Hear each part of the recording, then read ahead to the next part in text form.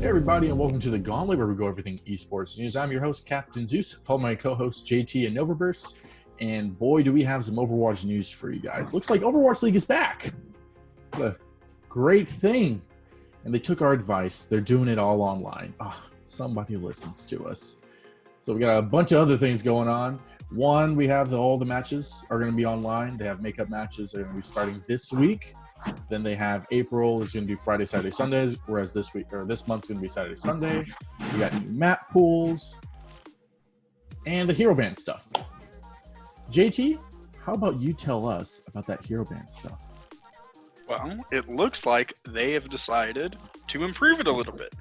I would still prefer if the teams could, pick the bands, but at least, they're weighing them now. So we won't see May every week forever in eternity. Thank and God. just pray to RNGesus that May is banned. So I'm happy that, that decision was made. I'm happy that, that's good. So, real quick, going over a brief overview of specifics on the hero band update. Heroes with 10 to 25% play rate receive 1 ticket in the selection lottery. A little rumble type deal. And then you got 25 to 50% play rate gets 2 tickets, 50 to 75% play rate gets 3 tickets, 75% or more play rate get 4 tickets. So that way, if Diva's played the entire week and May's played, or not May, like Winston's played like once, you'll have a higher chance of getting Diva instead of Winston, which is great. So, speaking, Which they should have been doing the entire time. Yeah, I 100% agree. I don't know why they didn't, because the first week was kind of what everybody expected on who was going to be banned. That good old Reinhardt. Good old Reinhardt. And supposedly Mr. X is not going to be pulling any more heroes, so we don't have to worry about him. We did it, boys. Yeah. They listened to our prayers. And another prayer was done. Speaking of maps, which we weren't talking about, we got map pool stuff. So, for each game mode, they got the specific maps that they're going to play. For Control, they have Ilios, Oasis, Busan, Nepal, and Lijiang Tower. Assault, they have Hanamura, Volskaya Industries, which is awesome to see that back, and Paris. Then we got on Hybrid, we got Hollywood, Eichenwald, and Ubani. Escort, we got Rialto, Route 66, and Dorado. Nova, I know you're really excited about that Route 66 coming back. It's going to be some good stuff. A little flashback from Season 1. Why Yeah, Route 66, it's a good map. It's a fan favorite, to be honest. Some maps still I do not favor. Hanamura. Basically, two CP, 2 capture point maps. They're not my favorite. I'm not going to lie. There are some exceptions. Volskaya, that one's fairly all right. I like JT. I know JT always cheers for Volskaya. I hate that map so much. Oh, he loves it. Do you love it or do you hate it? No, I hate it more than anything. Oh, he You loves hate it. it. Okay. If I could ban a single map permanently, it would be that map. But they just brought it back. I would ban Hanamura. I hate Hanamura so much. I don't I'm like glad- Hanamura I'm either. glad they got rid of Blizzard World, to be honest. Yeah, that map is so boring to watch. It's an alright map. Because it's literally everyone gets stuck on the first point 90% of the time, and there's only the 10% of the maps that goes all the way. No, not even all the way. It goes halfway. And then there's like a small percentage of the actual games that play that go all the way. It's just like... Everyone gets stuck at the siege tank point, which is the second point, and then every game stalls out from there. It's so boring. Every game ends there. And if they don't, they're like speed running the map. Yeah. So This I is true. hate that map. Volskaya seems so snowbally. I mean, if you just have a good point 1, you have a great point 2. And if you don't, you barely take it, you're not ever going to break point 2 to save your life. It's just never going to happen. I mean... I hate that map. God, that map's so bad. I don't know. I kind of agree. There's no with that. counterplay. Oh, okay.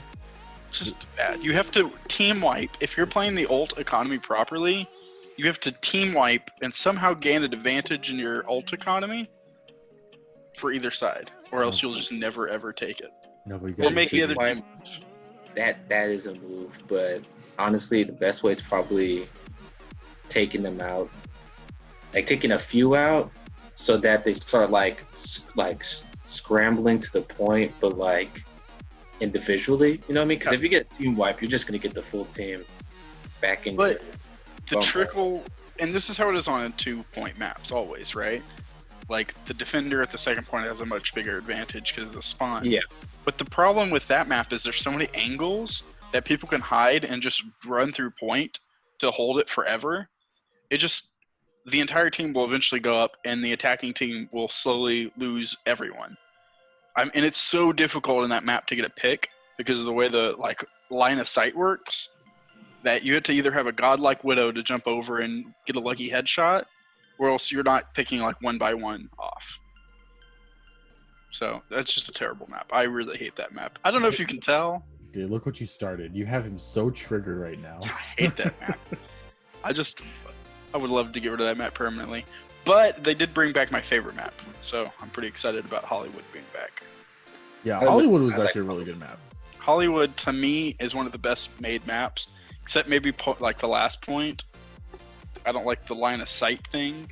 At least it's different, but the first 2 points are so good. You don't like the indoor? Yeah, but I just don't like how long that line of sight is. Hodor. It feels really, really difficult to take the point. But I guess that's good. Because that's where a good team will, take over a bad team. But the rest of the map is really well balanced. You've got the snaking path for point 2, and then point 1, you've got 3 different entry points. I really like the layout of that map. Hodor. Can you not? We're talking in depth here about the best map ever made. Hodor. Is it the best map ever made in the Overwatch League? I mean, I will admit the first part's kind of difficult for the offensive team to even get the payload. But then after that, the second point when you're trying to, travel it there, it's all right. The buildings, good for snipers. And then is there a better map?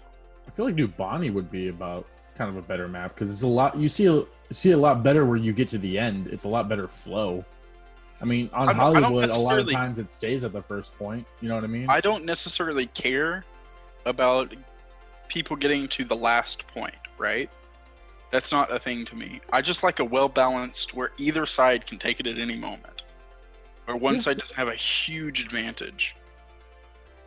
I'd still say New Bonnie. Well, I'd probably say Route 66. That one seems like the payload is just right there in the open. You just got a team fight to see whoever gets it. You know what I mean? The payload's not something you have to capture first. You know what I mean? It's just second point's really irritating. Oh, the second point's one of the worst parts of that map. If you get trapped on the door, there's no way to get your payload at that point. I mean, you're just stuck there forever.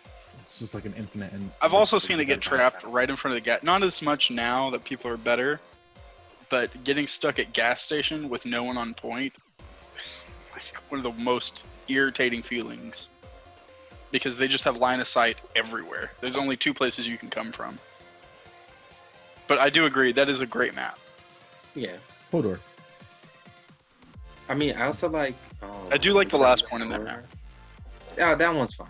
In the indoors, whatever. I like Lijiang, just points, just capture the point, kind of maps like that. And then you go to different sections.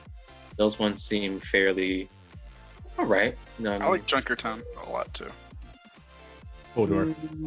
That one's iffy. I don't know. That first part is. I feel it really rewards people to not just play in like a death ball because it's so big and so easy for teams to come around from behind you and trap you. That I like that style of play. It's so different than a Hollywood. Right. We can just agree, payload and capture the objective.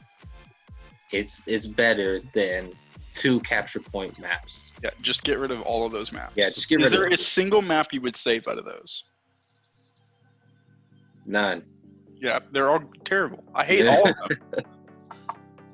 I mean, maybe Paris, but I like Paris aesthetically, but that map's not good either. Yeah, I like Paris Eternal as well. They're such a great team. You keep them here. I mean, he was also talking about Junkertown, which, by the way, Paris Eternal had the fastest record on beating that map. So pointing that out. Zeus, if you had to remove one map, what would it be? Out of, like, in general, or just, like, Out per of category? all the maps that get played competitively, which I believe is every map. Oh, jeez. Probably Say it. Hanamura. No, that's the word. That's not the best pick. You just said that's the worst. There we go. It is terrible, but Volskaya is way worse. I don't know. I actually kind of like Volskaya, to be honest. Yeah, Volskaya, I feel like it's easier to defend. It's a bit more. It's a bit more even. I mean, sure, there's a lot of like, you can have a lot of advantages there, and there's a lot of gaps. But I feel like it's a lot more even than it would be Hanamura, especially because it's, you know, assault. But point one, like, defense has a little bit of a chance, and then they get steamrolled as soon as they lose a player. Not all the time. It just depends on which team. It just I've depends. seen it where it's just a good, like, you lose a player and sure, it starts to become a domino effect. But due to the spawns, I mean, people can get there pretty fast, so it's just like a constant battle. Good teams know how to capitalize on 2-point maps. But good teams have a really hard time taking point 2. Not everyone's a New York Excelsior, okay? I I'm would not say even talking like about New York. I'm just talking about anyone in the top 10 could do it. I would say like Hanamura, like if you lose someone, you're probably screwed because then Oh, 100%. Yeah, you're done. See it every time. you done. But I don't- speaking of, Just get rid of those maps. like, you know, the Overwatch League teams, we get to see some this week. Isn't that Are you great? sure? Are you sure about that? Pretty sure we're going to see the real Soul Dynasty. They don't exist. We're going to see them, hopefully, if it's not canceled for some random reason. We get to see San Francisco play their second and third match of the entire season. Finally. And we got the Battle of LA. So that'll be cool, too. And we get to see some Chinese teams eventually. So far, they only have the schedule for this week. I'm pretty sure as the weeks progress, they're going to come out with the schedules. From what I hear, it's going to be based off of region as well. So that way it'll be easier since it's online for people to play against each other. And then starting in April, we have Friday, Saturday, Sunday matches. It'll be a little bit longer, but by May, from what the VP of Overwatch was saying, by May, everyone should be caught up to where they wanted to be if the Yeah, 28 season games. was going regularly. Yeah, 28 games per team, I believe. No. per team. Is it per Yeah. team? Yeah. Are we sure about that? 28 games per team? I guess so, because they're playing About 2 or 3 in a 70%. week. I mean, That's crazy. Get a record because there's some people have more games. Yeah, That's true. Soul's got to play 28 That's not 2 months. fair. And they're all going to be broadcasted on their YouTube channel. So you'll be able to catch that action. That's so this league's going to be so unbalanced by the end because some people are going to have to play like, I don't know, 28 games in 2 I think months. by May it'll be a little bit better because by May hopefully everything kind of settles down and blows over. All the teams have already played against everybody. Sure, the Asian teams and probably San Francisco will be a little bit more exhausted than say, you know, New York, who Philadelphia, gets to New play York. every week. Yeah, like, and then by May everyone's going to be having that time where it'll be like they'll play like their 2 games. 2 weeks later they'll play their other 2 games, et cetera, et cetera. But because of the whole coronavirus situation, they got to play catch up. So for 2 months they just got to be grinding. I think they should have either A, just cut the season short a little bit, or B, extended it so you don't have to cram so many games in. Well, there was talk that they were thinking about either cutting it or extending it. The only things that they cut was the mid-season tournament, and they just moved the All-Star matches or the All-Star tournament to the end of the season. So that way everything should run on schedule. Which honestly, I prefer. Yeah. I think the All-Star should have been at the end of the season anyways, in my Yeah, opinion. because that's when everyone's had the most amount of like in-game professional time. So theoretically, they should be at like their peak. I never understood why they always did it in the middle of the season. People aren't even like warmed up halfway. Week 7 is when they normally do it. Not even warmed up by then. They do in the mid because that's technically like their break. You know what I mean? I guess. Because Well, some Because teams if you about to have put a it- 2-month break. if you put it in the end, like, I mean, I guess that's all right, but like if you put it in the end, it's legit like, so All-Star, your best players, right? I'm imagining those best players are going to the playoffs, you know what I mean? Gonna playing. That would kind of suck if your best players are like playing together and then it's like, wow, All-Star, and then you go straight to playoffs, you know what I mean? But think of it Yeah, like but it might be a this. hype thing. Think of it like this. What if, which I think is how they're going to do it, they go, it's after the playoffs, after the season playoffs and grand finals, then they do the All-Stars. So that way you see who's on top team-wise, who your favorite players are, and then you can see said players and whatnot playing against each other as well. Which I think they're also going to incorporate some of the casters too, which that'll give you some good little insight on the individuality of the players. And so that way, when the Overwatch World Cup happens a couple months later, you know, you have a little bit more perspective and it all kind of like flows a lot better. Okay, That's so I what I have a think. question. World Cup, it's the top what teams?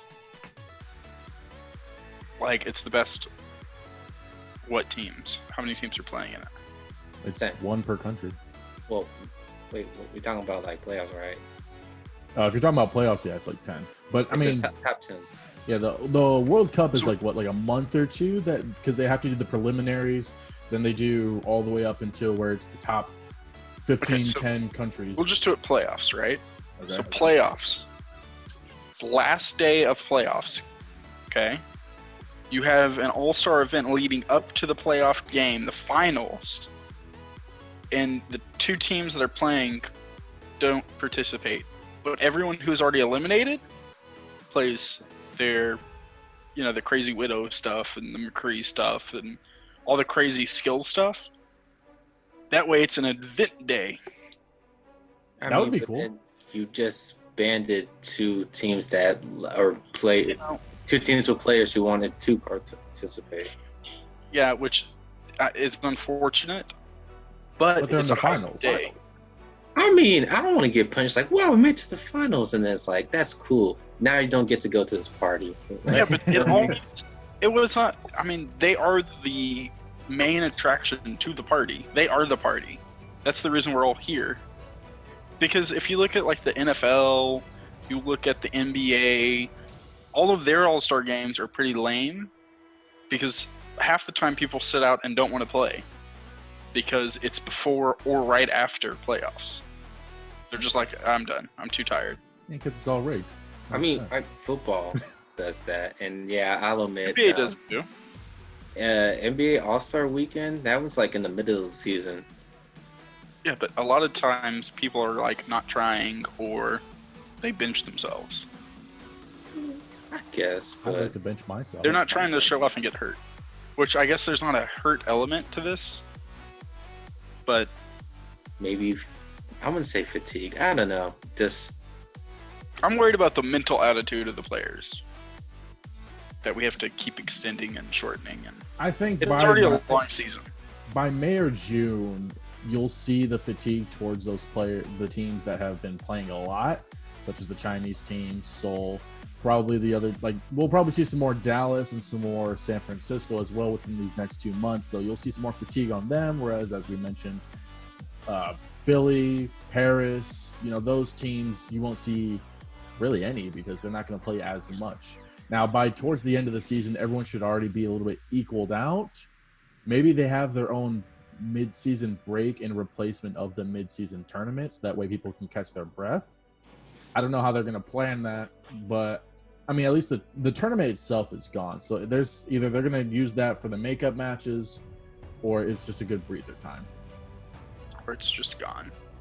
Which I'd be okay with. it doesn't really matter how they do it. I mean, of course, do it smart. But to me, it's just, you know, I care about the players, obviously. You know what I mean? I don't want them to be fatigued or whatever. And then just they can't perform to their best, you know what I mean? I want the best for them. I want the best for them. And hopefully none of the players have been affected too much by the whole, you know, coronavirus situation. And if so, hopefully speedy recovery. But that's going to wrap it up for this video here. Definitely catch us this week for our thoughts on the actual matches and the matchups. And stay tuned for more Overwatch League news. I'm Captain Zeus, followed by JT Novaburst. We'll catch you guys later. Huzzah.